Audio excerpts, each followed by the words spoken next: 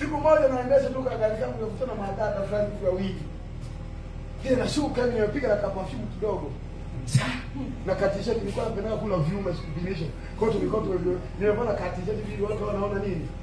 Afumu alikuwepo yani sasa nikashuka kwenye gari ile na unajua mapagani yani ukiwa tu milioni ngapi unavyojiachia. Nikashuka pale nimechomeka nilikuwa nachomeka kwa ufunguo hapo. Siku hizi chomeka kitu shamba. Kwa nini chomeka funguo la chooni? Kwa nini leo nifunguo? Wewe sema wewe unatupiga mikwala. Kwa lugha nyingine unatulindishia mafanikio ya dunia hii. Ushawahi kumwona nani ameningiza funguo za chooni au za nyumba? Eti kadhaa kwa kwa. Ukitaka kabisa na wewe.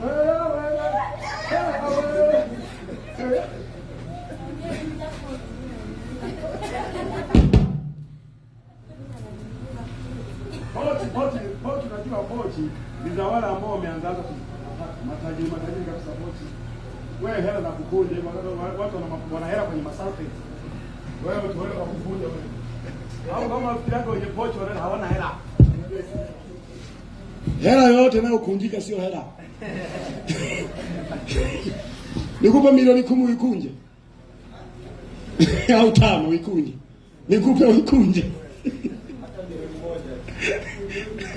Mtumishi wa Mungu milioni 5 utaikunja.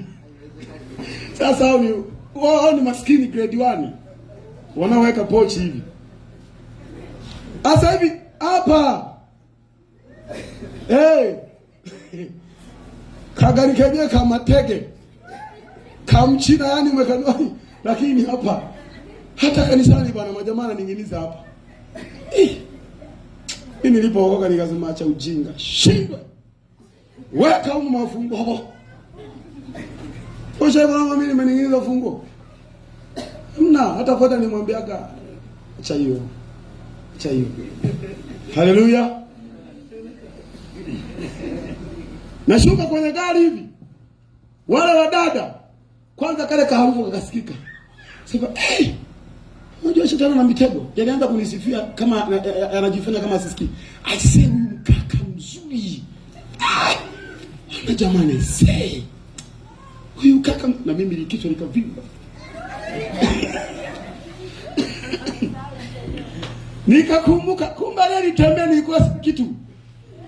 Nilitembea bana. Alafu kwa bahati mbaya yule dada alipigwa mimba, nilishangilia. Adumo Mbenja. Alipigwa mimba. Nakatogwa. Sema unakatala na unaenda kwa wanaume mjinga wewe.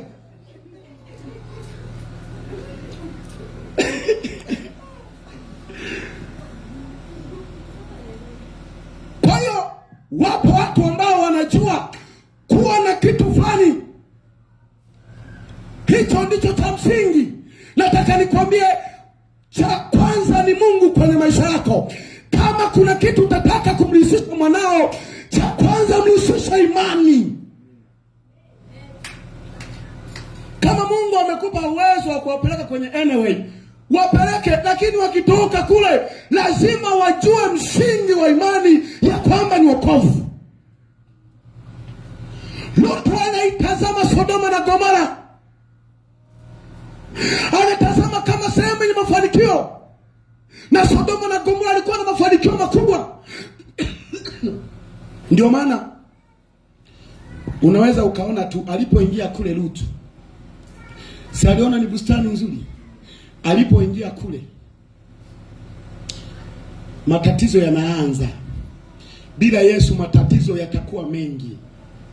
Misiba zitakuwa mingi. Kufiwa kutakuwa kwingi. Magonjwa yanayotisha yatakuwa mengi. Bwana Yesu asifiwe. Lutu kaingia kwenye nchi ya mafanikio. Anafika kule. Picha linaanza. Kwa sababu kulikuwa na mafanikio lakini hakuna Mungu.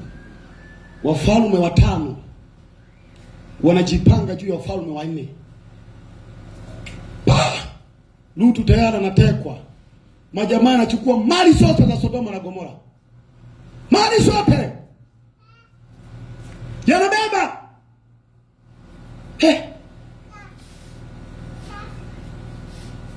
Si alikuwa ameenda kutafuta mafanikio? Biblia inasema mali zote za Sodoma na Gomora pamoja na mali zote za nani? za Rutu, na Rutu naye wakafanyaje? Wakambeba. Nakwambia hivi, mafanikio bila Mungu, hautaamini macho yako utakachokiona. Kama hauniamini, na kuombea mafanikio, halafu mwache Yesu, hautaamini macho yako. Ndio maana unaenda kwa waganga wa kienyeji, unakuta viete maporini nafanya nini? Huyu naye ni mtalii, unaangalia labda ni mzungu amekuja kuangalia swala. Unakuta bwana Jose yupo kwa Kamagina, kachana wembe shati. Waganga wanazalilisha. Sijajua, labda waganga wa Simbawanga kule baba wenyewe wanakaa badala. Huku unavuliwa shati, unapigwa chale, unakuwa kama mamba. Unapigwa chale mpaka na mpaka kujulikani. Unajua hii chale lipitaje hii huku? Sema basi mapenzi ya Bwana yatimie.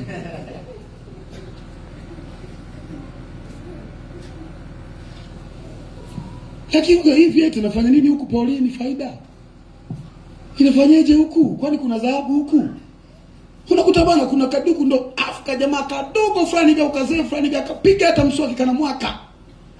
Na waganga wakaenda wakiona kwa karibu na mdomo wako unasikia harufu nzito nusu uzilie. Hiyo sema tu kwamba hamna namna, sio wewe utakuta utajiri. Nataka nikwambie uzuri wote unaotamani bila Yesu ni mateso. Bila Yesu ni msiba. Kaa kwenye uwepo wa Mungu. Lutu anachukuliwa. Alafu ili jamaa lilivyo linyenyekevu, moyo wa kusamehe. Halikuangalia kwamba huyu dogo aliyetaka dharau. Aliletaka dharau. Haliposikia tu na Lutu amekamatwa, akasema hapana, ndugu yangu asiende kuteseka hivyo. Anaamua kuchukua familia yake, anaenda kufanyeje? Hebu tusome kidogo hapo. Tusome kidogo hapo. Uko mstari wa ngapi hapo mtumishi wa Mungu? Wa 12. Au malizia tu, malizia. Hebu malizia. Anaendelea kusema. Abrahamu akakaa katika nchi ya Kanani. Abrahamu akakaa katika nchi ya Kanani. Lutu akakaa katika mji ile ya bonde. Akajiongezea hema. Hebu sema kujiongezea.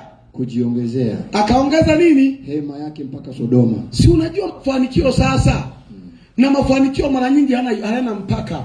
Mafanikio mara nyingi hajali ibada. Mafanikio mara nyingi humwacha Mungu. Biblia inasema akakaa katika lile bonde, akaongeza hema yake mpaka Sodoma. Maana yake akazidi kutajirika. Unaelewa? Akazidi kutajirika, akazidi kutamalaki mpaka Sodoma. Anaongeza hema yake mpaka Sodoma. Lakini watu wa Sodoma walikuwa wabaya. Lakini watu wa Sodoma walikuwa wabaya, wenye kufanya dhambi nyingi sana juu ya Bwana. Wenye kufanya dhambi nyingi sana juu ya Bwana. Bwana akamwambia Abraham. Sasa sikiliza. Yeye hakujali kama ambavyo sisi hatujali. Yaani kujichanganya na dunia hatujali. Bwana Yesu asifiwe. Amen. Lakini watu wa Sodoma walikuwa watu wabaya. Lakini yeye kaivuta hema yake mpaka Sodoma. Kwa sababu yeye alichokuwa nawaza ni utajiri. Alichokuwa nawaza ni mafanikio. Akaongeza hema yake mpaka Sodoma. Lakini watu wa Sodoma walikuwa ni wabaya. Nataka nikuambie jambo moja.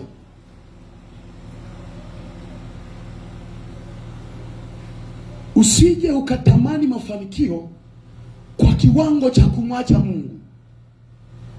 Usije ukatamani mafanikio kwa kiwango cha kumwacha Mungu.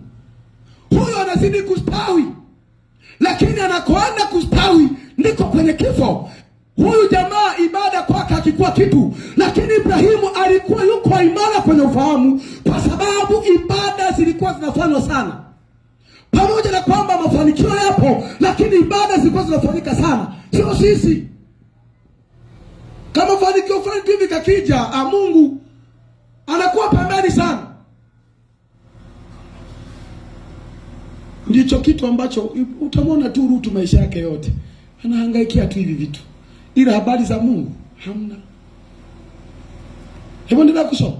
Anasema Bwana akamwambia Abrahamu baada ya kutenda tendo lile, alipokwisha kutengana na Lutu, inua sasa macho yako. Unaona, huyu anamsikiliza Mungu, aliyookoka anamsikiliza Mungu. Mungu anasema nifanye nini, akampa kwa mafanya unavyotaka. Mimi nibaki na Mungu, mimi nikiwa na Mungu, Mungu ataniongoza. Na kweli baada ya kujishusha vile, kunyenyekea vile, Mungu anakuja kuonekana. Anamwambiaje?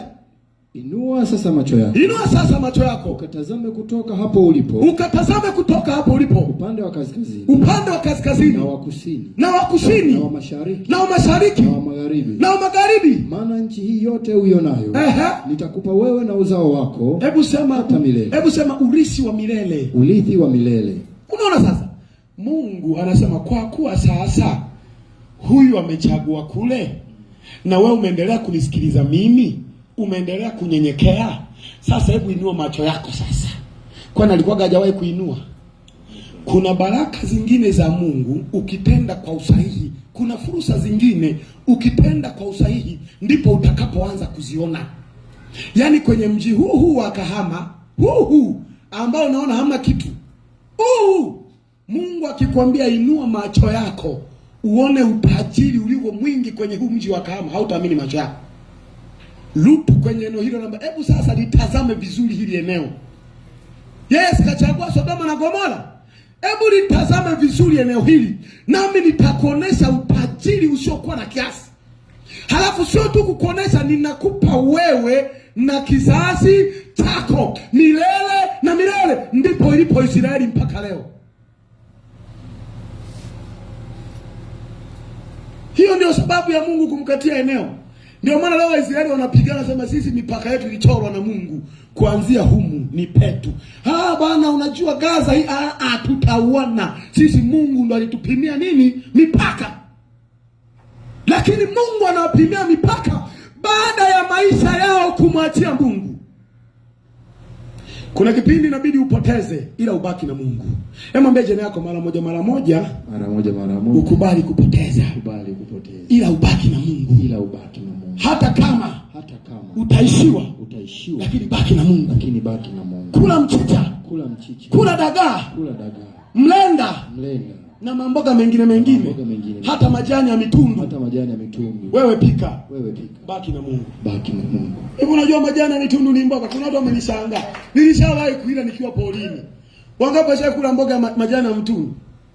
Mitundu zile miti zinazochanwa kwa mbao za porini. Unajua mmea unapoanza kuchomoza, Mungu anatutengenezea kamboga kwanza. Kale kambele ukakata kale kanachipuka kale. Ni kama mchicha tu. Mimi nilishawahi kula porini mboga ya majani ya mtundu. Wewe sikia, yote wewe ni test. Unafikiria hivi nikiwekea chumvi itakuwa tamu. Unaweka hapo. Nikikubali, piga. Piga tu. Afu uzuri majani hanaga sumu. Yaani moja kitu ambacho hakinaga sumu ni majani. Majani yote hanaga sumu. Ndio maana kisicholiwa na ndege kinaliwa na ng'ombe. Ndege hayana sumu. Yote hao ni mavyakula tu. Ishi maisha yoyote, lakini hakikisha una Mungu. Ibrahimu akasema, sikia, chagua popote. Mimi nalichagua jina la Yesu. Sitishiki. Aliyeokoka atishiki na hela. Hivi unamjua Ibrahimu vizuri? Leo nitakusomea vizuri umjue. Mfalme wa Gomora alitaka kumletea nywinywi. Hebu sema nywinywi. Anamwambia chukua vyote hivi. Unipe hao watu. Nitakusomea. Nikupe utajiri wote wa Sodoma na Gomora. Sikia, mtisha Lutu. It's not me. Sio mimi. Hebu soma hapo. Anasema 16. Na uzao wako nitaufanya uwe kama mavumbi ya nchi. Uzao wako nitaufanya kama mavumbi ya nchi. Hata mtu akiweza kuhesabu mavumbi ya nchi. Uzao wako nao utahesabika. Ondoka utembee katika nchi hii katika mapana yake. Na marefu yake. Maana nitakupa wewe nchi hiyo. Basi Abrahamu akajiongezea hema yake. Akaja akakaa kwenye mialoni. Mialoni ya Mamre. Nayo ni miti iliyoko Hebroni. Ndio. Akamjengea Bwana madhabahu. Hebu mwekeza sana madhabahu. Madhabahu. Lakini Rutu umeona amejenga wapi madhabahu? Sema hela. Hela. Hela sisi hela. Hela sisi. Hela tu. Sisi madhabahu ya nini? Hela. Unaambia mimi niende kanisa, hela mimi natafuta hela bana. Sio vijana kakaona mimi tafuta hela. Kana ukiwa una Wanaambizana kwa mitandao tafuta hela. Sasa ndo lirutu sasa. Yule tafuta hela. Ibrahim anaongeza madhabahu. Ibada zinaongezeka kadiri upatavyo mali, ndivyo moyo wa kumkaribia Mungu uongezeke. Tofauti na hapo ni kifo. Haleluya.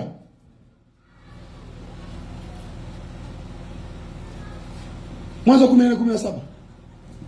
Muone Ibrahim. Kitabu cha Mwanzo sura ya 14 na mstari wa 17. Sema. Abrahamu aliporudi kutoka kupiga Kedorlaoma. Abrahamu ametoka kuwapiga wale wafalme waliomtoka Rutu. Na wale wafalme waliokuwa pamoja naye. Mfalme wa Sodoma akatoka akamlaki katika bonde. Katika bonde la Shawe. Nalo ni bonde la mfalme. Na Melkizedeki mfalme wa Salemu. Akaleta mkate na divai. Naye alikuwa kuhani wa Mungu aliye juu sana. Akambariki. Akasema Abrahamu na abarikiwe na Mungu. Aliye juu sana. Mungu muumba mbingu na nchi. Ahimidiwe Mungu aliye juu sana. Aliyewatia adui zako mikononi mwako. Abrahamu akampa fungu la 10 la vitu vyote. Mfalme wa Sodoma akamwambia. Haleluya. Amen. Umeona mtu anayestahili kula fungu lako la 10. Ameleta nini? Mkate. Jifunze kuwabariki watu. Jifunze. Nataka nikwambie jifunze ni neno la Mungu. Ukiona Mungu amekugusa, iko neema ya rohoni umeipokea, jifunze kumbariki mtumishi wa Mungu. Haleluya. Kwani ukimpiga kakiatu kuna shida gani? Na kufundisha utoaji hata wageni wanaokuja hapa. Jifunze basi, angalieko. Umekosa kosako nini, pikia hata kakuku mpe. Ila hakikisha jambo hilo usitoe kwa sababu anakoroma sauti. Haleluya. Amna hata makoboko yakiwa polini waga analeka. Unasijua koboko wewe? Koboko zinamedhaga mbuzi kwa mfumo huo. Mbuzi kama amepotea anajua kuna mbuzi mwenzangu huko. Akienda na wewe usiwe mbuzi. Ukatishika na sema.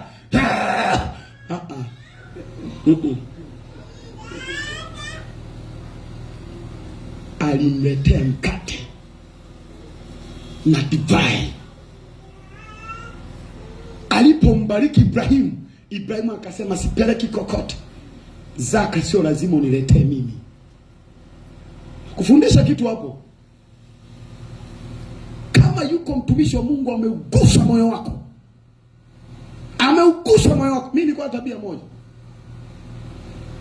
Mimi ndo wachungaji walikuwa wanajua mimi ni mwaminifu, lakini Mungu alinifundisha maarifa ya ajabu. Mimi nilikuwa siibi zaka. Mpaka leo. Kwanza leo Mungu anasema kumpa 10%. Mimi shampa zote. Shampa zote. Sio 10 tu zote. Yaani mimi kama kuna kitu shampa hizi halala hizi zote. Ndio maana mimi hapa maisha yangu naoishi. Mimi niwaambie tu walisia. Kama kakipato kangu kabisa ningekapangilia vizuri. Nikakapanga kabisa vizuri. Ona hapa ningekuwa na fence kubwa sana na nini na sasa hivi nakaa kwenye tuchanja huko tupo tumetulia hapo tunamngoja Bwana. Si mangojeo tu ya Bwana haya, kwani maana nini sasa? Mangojeo ya Bwana, madam silawani. Mungu saidia akasema, "Sasa mwanangu sasa nikupunguzia hata kulipa kodi. Nakupa tu vichanja hapa," anasema, "Utu." Mimi nilikuwa nikipata fedha. Kwa mfano kuna kipindi nilipataga milioni 100 na ngapi? Ilikuwa milioni 100 na 15. Kipindi sasa niko na mama Mary. Mke wangu Zuna ameokoka. Na mama unajua nini Tumepata faida hapa milioni 11. Sema nakusikiliza tu wewe. Hebu tumpigie makofi mama mchungaji leo kwa kweli. Anasemaga hunisikiaki. Wewe ni kulilipuaga tuje kunisikia. Ole wako juu niambie tena. Mama bana hana makuu. Nikamwambia tumepata faida milioni 100. Kwa zaka hapa ni milioni 11. Tunafanya sema baba nakusikiliza wewe tu. Sema tuombe. Sasa kuna watu nakuta mchungaji anajua mpaka mshahara wa mshirika fulani amepata kila mwezi anapata ngapi. Ndio maana unaiki kuuliza sana. Unapata shilingi ngapi kwa mwezi? Baba mimi napataga 550,000. 550,000. Unapiga mahesabu 55,000 kila mwezi ya kwangu. Kwa hiyo nina walimu 1 2 3 4 kwa mwezi. Mimi sijawahi hata kukuuliza na sitaki hata kujua. Nikikuuliza labda kuna kitu nataka nikusaidie kiroho. Nyie mnanijua mimi sinaga ajenda na cha mtu. Bwana Yesu asifiwe. Mama kaniambia basi tukaomba. Sasa kuna mtu anasubiria kwamba nipeleke zote milioni 11. Hii. Nilipoomba Bwana akanipa ufunuo. Nilianza kuzitembeza zile hela. Shauri kuona zake natembeza. Tembeza zile hela. Nikaenda nikamkuta kwa mchungaji mmoja, bahati nzuri yuko pale tu Kagongwa. Unaweza kaambia ushuhuda siku akija mtakuwa tukimtembelea. Alikwambia, "Niko ninaomba tu hivi ninaomba." Nikapita pale kwake. Wah, nikamkuta yuko anaomba na siku 3. Anaomba maombi makavu. Anamuuliza Mungu anataka aache huduma, amepelekwa eneo, yani amemaliza tu kujenga nyuma kanisa tu ya kuhamishwa.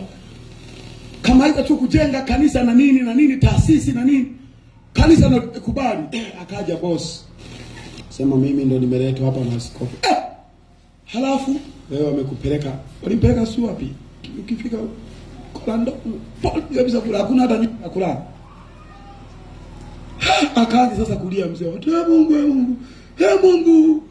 Sasa mimi nataka niache huduma. Na mimi pale ndo naingia. Naingia na kanali kangu. Sing. Fika pale nikamkuta yumo analia mzee wa watu. Kumbe nikamuuliza mama mchungaji yuko wapi? Siku hiyo anaomba kanisani. Kamkuta anaomba.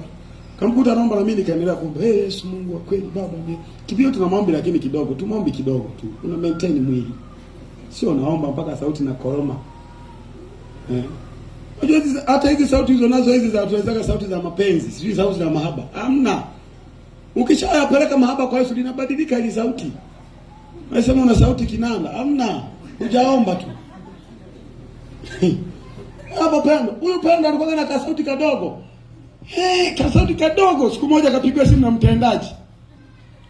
Hello. Mtendaji wa kule nani Tambalala, nilikuwa najenga plant kule. Segese Tambalala. Nakuja kupokeza sema, "Kashone mwana, ule na mwana antare." Yaani kumbe una mtoto mkubwa. Hivi sauti vinanda hivi. Haya itoe leo. Ombeshwa hapa ni kaula Bwana tu. Haleluya. Nikampelekea yule mchungaji bwana. Sasa mtumisha Mungu nimeleta zaka. Zaka anajua labda 3,000, 5,000, 10,000. Toa burunguti milioni 1.5 mpa. Alianza kutetemeka kwanza. Sema nini? Kamwambia bwana Mungu amenigusa nikuletea hii. Hana hata kuongea maneno mengine kama mzee baadaye. Hakuamini macho yake. Hapo ndo akaenda ile fedha ndo akaenda kukarabati nyumba ya kuishi. Ile milioni 11 nilisambaza pote kwa watumishi wa Mungu. Ile haihitaji moyo. Haihitaji moyo. Wewe kuna wafanya biashara hata wanaweza mwa anaingiza faida milioni 200. Ila hutaiko kukuta milioni 300 fungu la 10. Utakuwa shangaa tu washirika pesa zinaongezeka. Ila matoleo ni yale. Sikia. Mimi sisemi utoe, sisema nitoe. Nazungumza habari ya moyo wangu na Mungu. Mimi nakufundisha tu kutenda kwa mtu yule ambaye Mungu moyo wake umekuelekeza. Bwana Yesu asifiwe. Hebu tuachane nayo, tuendelee na Lutu wetu. Alichomwaje ndani ya Sodoma na Gomora?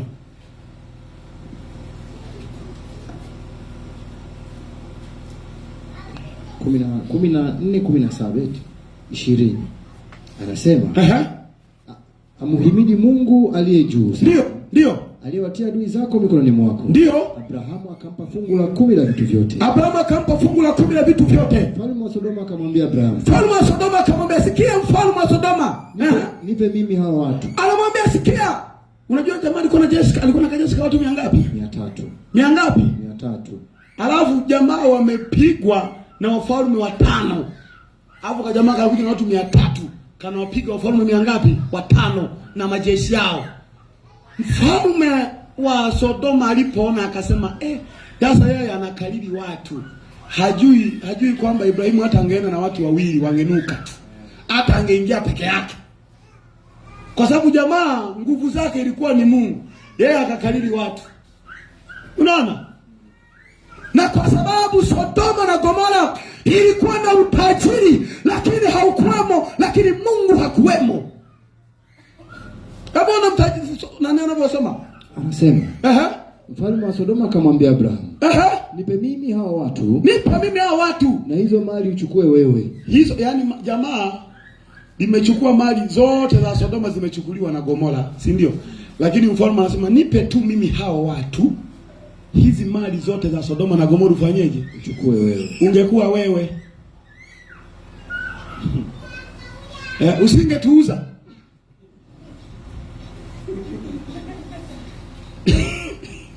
Usingetuuza. Kwani shetani amekula mkataba gani na kina Mwamposa? Shetani amekula mkataba na kina Mwamposa, nipe mimi hao watu. Mimi nikupe mali zote. Wewe danganye tu. Yauzie tu chumvi na maji. Yewe cheza nayo tu hivyo, yakusanye yawe mengi.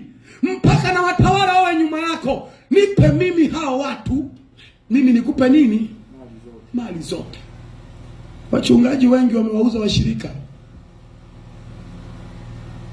kwa sababu ya mali. Hata kwenye makanisa wanakuta mchungaji anasema, sikia. Wewe chukua zaka tu. Mambo ya sio unafuatia waumini, achana nao. Ndio maana hautakuta unafuatia waumini. Nitafutia fundisho moja ambalo Mwamposa kasimama kupinga dhambi. Moja tu. Ndio ujue pale kuna mkataba mgumu. Ati Mwamposa akemea mashoga. Mwamposa akemea wazizi. Au asema teni ulevi. Au mzivae sketi fupi. Mpaka unakufa. Labda aokoke. Nipe mimi hao watu. Mimi nikupe nini? Ndio maana utasikia mafundisho yao tu. Sasa hivi yanatabiri tu. Sasa hivi wanamalizia wanakamsema wanasema mwaka huu siishe bila mwaka huu vuka na chako, wanasema vuka na chako. Yaani huu mwaka uishe umeshabeba. Wengine wanabeba ukimwi.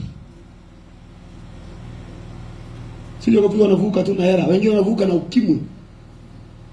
Hiyo manabii, vuka na kwako, maliza mwaka na kwako, maliza mwaka na watoto wako, maliza mwaka na magari yako, hamna kitu. Utasikia tu. Mwaka jana walituambia ni mwaka wetu wa kuinuliwa. Lakini ndo tumeuawa, tumepigwa marisasi, mpaka tumechanganyikiwa. Ila tuliambiwa mwaka wetu wa kununua magari. Kumbe ni mwaka wetu wa kuuawa. Hayaoni hayo. Majamaa wanaona mafanikio tu. Hata siku ya maandamano nilikuwa hayo watu wana roho ngumu. Hawa watu wana roho ngumu. Yaani watu wanapigwa marisasi, nikafungulia ka radio fulani hivi. Nasikia mwaka wako wa kuinuliwa, mwaka wako, nikasema nasema Mungu tushike. Tunainuliwa au tunauawa? Blaza wewe, mwogope basi hata Mungu. Kweli kabisa, bora mngeweka tu hata makwaya basi kwenye channel zenu. Yakaimba, unahubiri mwaka wako. Nikapita kwa wale wenzangu, kutu, kutu. Sikia Maria, imejaa neema. Jamani, tupeni hata maneno ya faraja basi, tunauawa huku.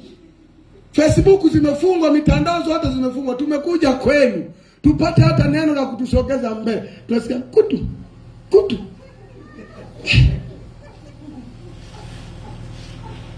Nipe mimi hao watu. Mimi nikupe nini? mali zote. Usije ukauzwa na wewe, sababu muda mwingine kuuzwa na wewe ni ushamba wako. Watu wangu wanaangamizwa kwa kukosa maarifa. Ibrahimu anamwambia, nikupe mali zote za Sodoma na Gomora, lakini unipe tu hao watu. Unajua mara nyingi kuna vitu waga tunavifanya, wanaanza kufikiria umesoma elimu gani. Hivi elimu yako ni aje? Kwa sababu wanakuona una neema fulani, wanafikiria hiyo neema inapatikana kwenye makaratasi. Wanafikiria hiyo neema inapatikana chuo. Mimi siku moja nikahubiri pale kanisa la Yesu, kuna mdada mmoja, mtoto wa Samuel Lenda. Alikuwa anaitwa Simu Jinsinana, alikuwa anakaa pale kwake. Sasa ametoka chuo. Hapo anakutana from bush. Jogora bush ndio linawika mjini. Sikuwa nimepangwa kuhubiri. Niko pale ndo mimi pale wakati. Kwanza ile nafika tu hivi nikavuta kwanza wachungaji tuna mikwara. Nikakabeba kale kamibali kwanza. Huko naimba utawapidi. Weka hapo kwanza. Hapo nilikuwa naangalia karibu hivi na washirika hivi naangalia. Sema wachungaji ndio liturujia kule. Sogelea karibu ili tuonane vizuri. Nilipiga somo pale. Nilihubiri pale. Nikiwa kijana kadogo sijaoa. Bado dunia haijanivuruga mimi nilianza vizuri na Mungu, dunia ikanivuruga pale katikati, baada Yesu akaninyakua tena mpa. Kipindi hicho ninafunga na kuomba. Tangu 2012 mpaka 2018. Sijui binti mimi, sio naokoke tunakuna anguka. Wewe ni una kidegedege cha kiroho. Kazi mtu anaanguka, nimeanguka. Siku nyingine ukianguka ufe. Kwa kila siku unajikwaa, sitoe mavisiki. Eti na leo nimejikwaa. Mimi 2012 ndo naokoka. Nilikwambia kama nilikuwa na kamchumba nikaka cancel. Kaambia nimeokoka. Hapo sasa nikawa ni mtu wa maombi, ibada, maombi. Kipindi hicho sasa ndo nikaanza na kahuduma. Sababu unajua ukiwa mtu wa maombi, ujiunge kwenye maombi. Ukiwa kwenye maombi ndivyo vitu vilivyomo ndani yako vitaanza kufanyeje? Kuinuka. Unaweza ukawa ni mtu ambaye unaonaga maono ya kweli, una kalama ya uinjilisti, una kalama ya uchungaji, una kalama ya mtume, chochote ulichonacho. Usipoweza kuomba na kuhakikishia unakufa nacho. Nilipoanza kuomba ndipo nikatambua sasa kwamba kumbe na mimi niko shauku tu kwanza ya kuhubiri. Kawepo. Kana hubiri pale. Ndio siku hiyo sasa nimehubiri kwenye maombi, tulikuwa na maombi ya mitaa kwenye kanisa la maombi ya mitaa. Wakanikaribisha bana. Sile tu wanatupiana mpira, akanitupia mimi mpira, wanampa. Utahubiri sasa kwenye maombi ya mtaa. Mimi nikasema nilienda kufunga bana. Unajua bana, muda mwingine uoga kumbe ndio imani. Yaani kuhubiri kwenye maombi ya mitaa watu 14. Natetemeka nikaenda kufunga maombi. Baba nisaidie, utafikia na kuhubiri mkutano watu 400. Baba nisaidie, sijui utasema nini. Natetemeka. Nilipohubiri pale neema ya Mungu ikaonekana, ndio akambonyeza sasa Pastor Samuel Lenda. Kwamba bwana huyu kijana anahubiri vizuri. Aje ahubiri na yeye.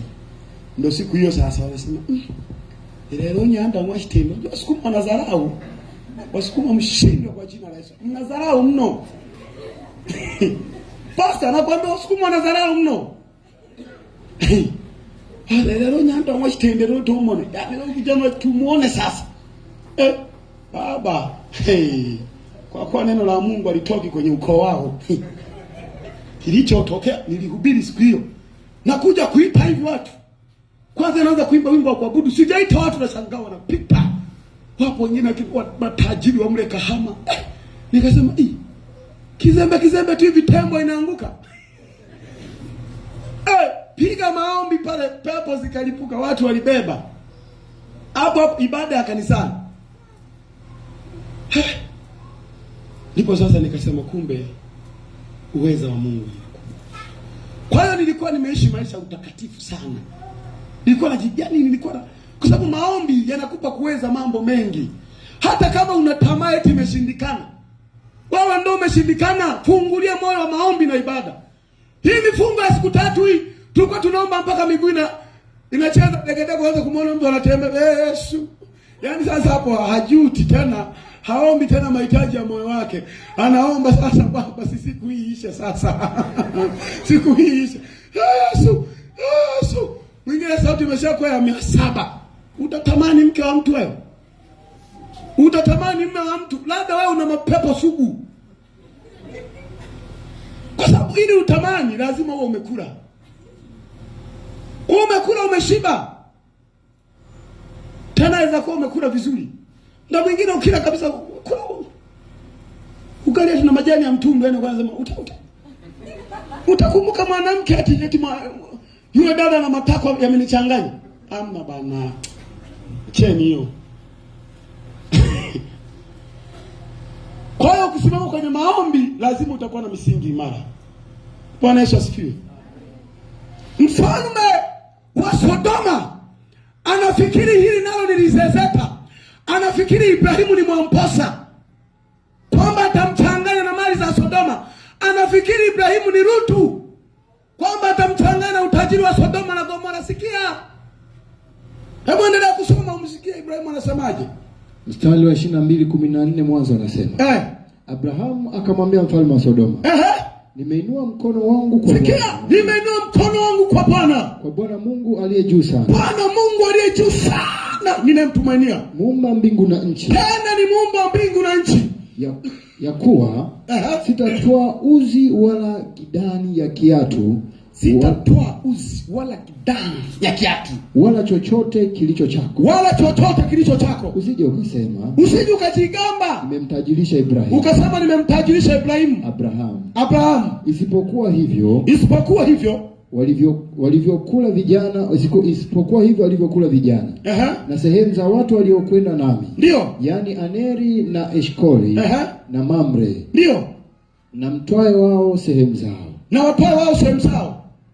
Baada ya mambo hayo, neno la Bwana likamjia Abraham katika njozi likinena. Ndio. Usiogope Abraham. Sikia, utaona kila alipokuwa kitenda Ibrahimu tendo la kiimani, tendo la kishujaa, Mungu anamtokea. Unajifundisha nini? Jambo lolote, changamoto yoyote ikitokea kwenye maisha yako, ukitenda kwa usahihi, mbele kuna neema. Alipomtoa Isaka akakubali, Mungu alimwambia kitu. Unaona? Alipomwachia Rutu mali zote, alipompa kuchagua, alipomnyenyekea mtoto wake, Mungu alimpa neno, si ndio? Hapa napo kamsaidia, Mungu bado anampa neno. Bwana Yesu asifiwe. Sikia, jambo lolote linakuja kwenye maisha yako, hata kama lina ugumu, Mungu anataka utende kwa usahihi, maana yuko mbele. Lakini usipotenda kwa usahihi, hapo ndipo kunaweza kukawa mwanzo wako wa kuomboleza kama Rutu. Anaendelea kusema. Ndio.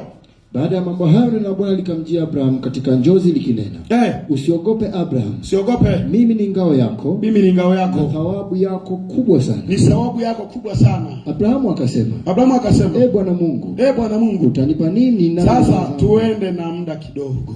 Bwana Yesu asifiwe. Amen. Bwana Yesu asifiwe. Amen.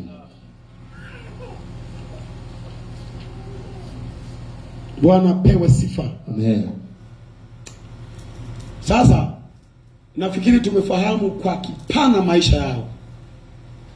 Tumefahamu maisha ya Rutu, tumefahamu tofauti wa Ibrahimu na nini kilichokuwa mbele yake. Tamaa yake ilikuwa ni nini? Mwanzo 19:1. Kitabu cha Mwanzo sura 19 mstari wa kwanza nasema. Ndio. Basi wale malaika wawili wakaja Sodoma jioni. Na Lutu alikuwa amekaa mlangoni pa Sodoma. Lutu akawaona. Akaondoka akaenda kuwalaki. Akainama kifudifudi.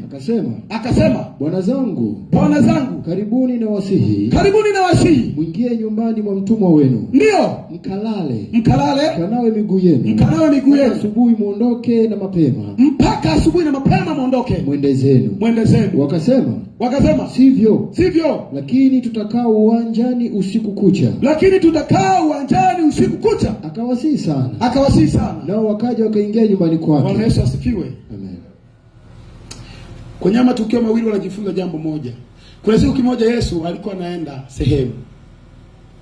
na wanafunzi wakawa naongea habari fulani hivi, wakafika kijiji kimoja kinaitwa cha nani, cha Emau.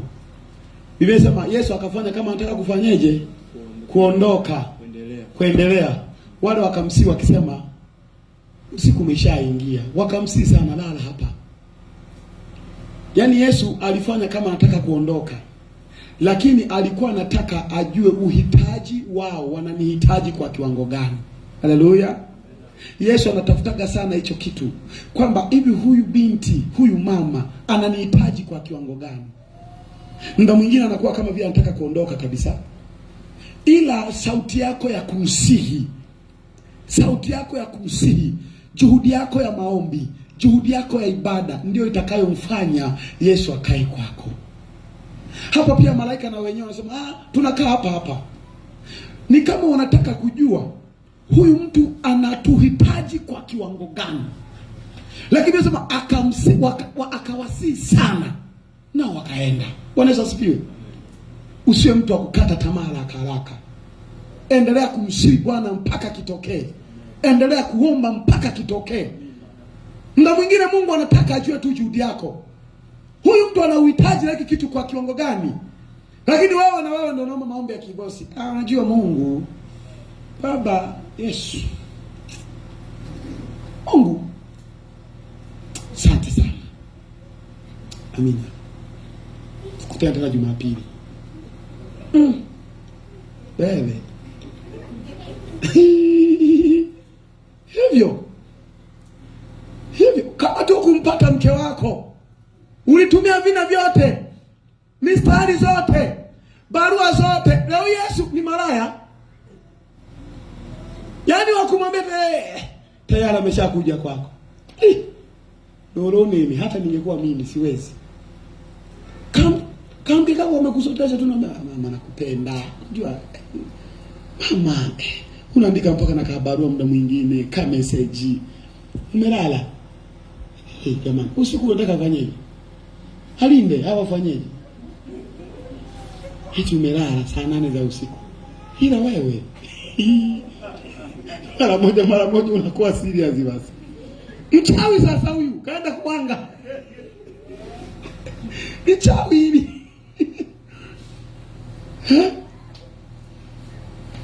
Unabembeleza mistari zote na ambazo haziko, na tu viatu mpaka unaazima. Watu wanafeki maisha, mabacha, usiwaamini. Na mwingine usiwaamini. Kote brim unajua ni leo amelala kwenye kitanda cha maana kale. Au tuanze msako. Tuita to ghetto to God, ghetto to ghetto. Tuanze sasa, hadi ndio utakuja kuona watu waovyo. Wengine sawa vipo, ila shuka chafu. Sasa uniko tu pesa zima uchina ukungu. Ukisogeza poemi mpaka unazimia. Unataka kuzimia hewa iliyoko kule chini. Ila wakute sasa humu. La maana mno. Umetumia mbinu zote hizo kukapata kama mwanamke ambako hakana hata mbingu, hakana hata uzima milele. Umetumia mbinu siku silali. Ila kwa Yesu penyewe unataka ulali. Sema kesha hata mara moja basi. Umwambie Yesu, na mimi usiku silali na kuwaza wewe Yesu. Siku silali na lia. Huwezi. Ila nataka tu kwa Yesu ni chapu. Amna. Yesu waga na deshi. Anafanya kama anaondoka. Sema una shida na kweli. Anafanya kama anaondoka. Wakabembeleza bana, malaika wakaingia kwenye dari. Mstari wa 3:19 nasema. Akawasii sana. Nao wakaja wakaingia nyumbani mwake. Akawafanyia karamu. Akawapikia mikate isiyochachwa. Nao wakala. Hata kabla hawajalala. Watu wa mji wenyeji wa Sodoma. Wakaizunguka nyumba. Wakaizunguka nyumba, vijana kwa wazee, vijana kwa wazee, watu wote waliotoka pande zote, watu wote waliotoka pande zote. Wakamwita Lutu wakamwambia, eti mpaka tu vijana, tutoto. Ndio maana dunia ikiharibika tunaharibika mpaka tutoto. Pita mtandaoni unaona katoto kana yani sema wewe, ama style ya zina umejifunzia wapi? Kako tu. Kumbe bwana kajenzi haka kameshaharibika. Vijana kwa watoto, watu wazima. Wote. Heti na tutoto bwana tunayataka mama malaika. Soma. Wakamwambia Lutu. Wakamwita Lutu wakamwambia. Tusomee baba, tusomee. Wakamwita Lutu wakamwambia, wawapi wale watu waliokuja kwako usiku huu? Wawapi hao watu waliokuja kwako usiku huu? Uwatoe kwetu. Tupate kuwajua. Lutu akawatokea mlangoni. Akafunga mlango nyuma yake. Akasema, basi nawasihi ndugu zangu. Msitende vibaya hivi. Tazama, ninao binti wawili. Elewa neno kuwajua. Ninao binti wawili ambao hawajamjua mtu mume. Nawasihi niwatolee kwenu mkawafanyie vile vilivyo vyema machoni penu. Ndio. Ila watu hawa msiwatende neno, kwa kuwa wamekuja chini ya dari yangu. Unaona? Hawa majamaa bana, mashoga haya. Yameona malaika wazuri bana. Migongo mizuri. Sijui alikuwa na nywele gani sijui. Wakasema kuna wanaume amekuja pale. Watu bana wakasema waleta watu tupate kuwajua. Lutu akasema hamna. Hao watu msiwatende uovu, wamekuja chini ya dari yangu. Unajua siku zote wanaume wahuni ni watu wa hovyo sana. Yaani mimi nakumbuka kijijini kwetu, nilienda kijijini kipindi fulani. Nimeishi sehemu mbili. Mungu sio kwa nitengeneza utumishi. Mjini nimekaa, kijijini nimekaa. Ndio maana hamna maisha ambayo nayashindwa. Nilienda kijijini kule bana. Kakiza kanike hawa mwalimu. Kalikuja kabinti fulani kwa mwalimu mmoja. Watu wa Mungu, baskeli zilikuwa zinapishana pale. Vijana. Kamekuja kabinti pale kwa mwalimu. Wamekuta watu wengine mpaka wanaenda na hela. Kale kabinti Mungu akabariki sana, japo kalikuwa katapeli. Kaliwaibia hela, halafu hakuna mtu aliyetembea nako hata huyu. Hela masukuma majinga ameuza mchele na nayo. Kalizitwanga, kabarikiwa popote kalipo, na kakumbuka kalikuwa kanavaa miwani. Kakazipiga hela za kina baba mdogo. Unajipiga kizi na kanike.